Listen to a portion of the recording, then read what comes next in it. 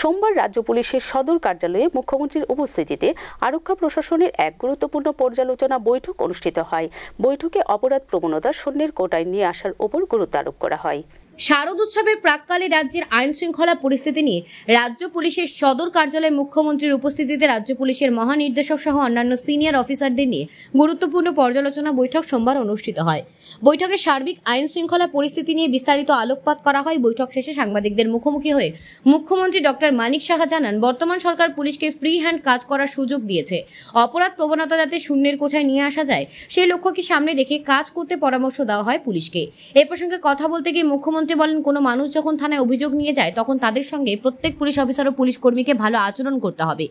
অভিষেকের ভিত্তিতে সঠিক ধারায় মামলা গ্রহণ করতে হবে যাতে সংশ্লিষ্ট ব্যক্তি আদালতে সঠিক বিচার পেতে পারেন।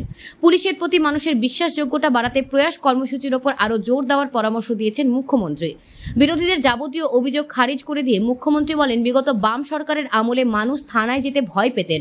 বর্তমান সরকারের আমলে মানুষ নির্দ্বিধায় নির্ভয়ে থানায় গিয়ে অভিযোগ দায়ের করতে পারেন। দুর্গাপূজায় চাঁদার জুলুম সহ অন্যান্য অভিযোগ এনে আইন শৃঙ্খলা পরিস্থিতির অবনতির যেসব অভিযোগ করা হয়েছে তা খারিজ করে দিয়ে মুখ্যমন্ত্রী বলেন, যেখানেই বেআইনি কাজকর্ম হচ্ছে সেখানে কঠোর পদক্ষেপ গ্রহণ করা হচ্ছে। আমরা ফ্রি হ্যান্ড দিয়েছি, কোথাও ইন্টারফেয়ার করি না, সেটাও আমি জোর দিয়েছি। আগে তো রাজনৈতিকভাবে আমরা দেখেছি পুলিশকে ইউজ করা হতো, আমরা তো এখানে ফ্রি হ্যান্ড দিয়েছি।